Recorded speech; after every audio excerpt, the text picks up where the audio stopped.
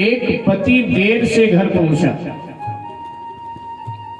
पति जो है देर से घर पहुंचा तो उसकी पत्नी ने कहा, कहां थे, बड़े देर से आए हो। बोला जी निजामुद्दीन चला गया था। अरे निजामुद्दीन तुम क्या करने गए थे?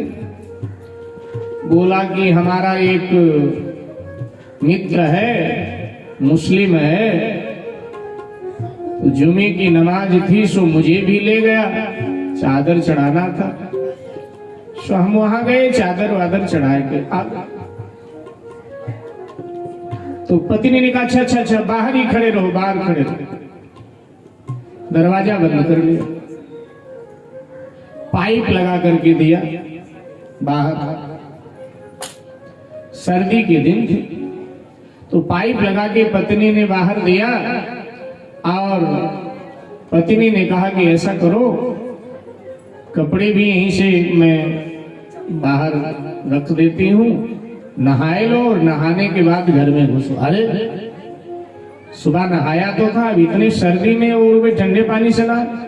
उसने कहा देखो नहाओगे नहीं तब तक मैं घर में नहीं घुसने दूंगा। क्यों? तुम ही कह रहे हो कि मजार पर गए थे। यहाँ गए तो थे, तो वहां मजार पे क्या होता है? मजार पे होता क्या है मजार के नीचे? उसने कहा मजार के नीचे मुर्दा ही होता है, दफनाया जाता है। बोले अच्छा, आपके पिताजी की जब मृत्यु हुई थी तब अपने पिताजी को आप शमशान पर ले गए थे, और जब पिताजी का दाह संस्कार करके आए थे तो नहाए थे ना पहले? बोले हाँ नहाया तो था। तो बोले अपने पिताजी को दाह संस्कार करके आए तो क्यों नहाए? बोले वो मुर्दा हो गए थे। तो बोले पिताजी मुर्दा हो गए, उनको छुआ तो तुम नहाए, और दूसरे मुर्दे को छू करके आए हो तो बिना नहाए घुसना चाहते हो? ऐसे नहीं चलेगा, नहा लोगे तभी घुसने दूंगी घर में। और साहब को नहाना धोना पड़ा। बोले उसके चक्कर में चले गए मेरा मित्र। बोले चलो तुम उसके चक्कर में चले गए, लेकिन कल मंगलवार है तो अपने मित्र को बोलो कि हनुमान जी के मंदिर में आके प्रसाद चढ़ाए। बोले वो तो बिल्कुल नहीं आएगा। बोले वो नहीं आएगा तो तुम क्या करने गए थे? तुम क्या करने गए थे? मेरे भाई बहन है, कब्र में जो पड़ा हुआ है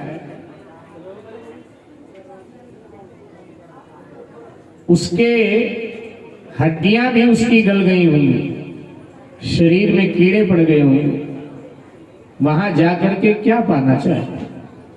कबीर जी ने कहा है 33 कोटि देवता छोड़ के पूजे पीर मजार, ऐसे हिंदू जाति को बार बार धिक्कार, ऐसे हिंदू जाति को बार बार धिक्कार।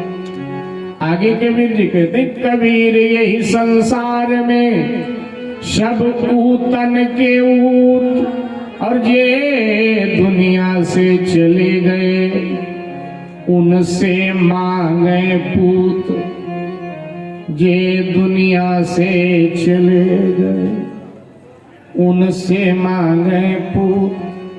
पुत्र मांगना है तो परमात्मा से मांगो, जो सर्वदा है सब काल में है। मुर्दे से क्या मांग रहे? तो मैं निवेदन कर रहा था नित्य परमात्मा की प्रार्थना सबको करनी चाहिए।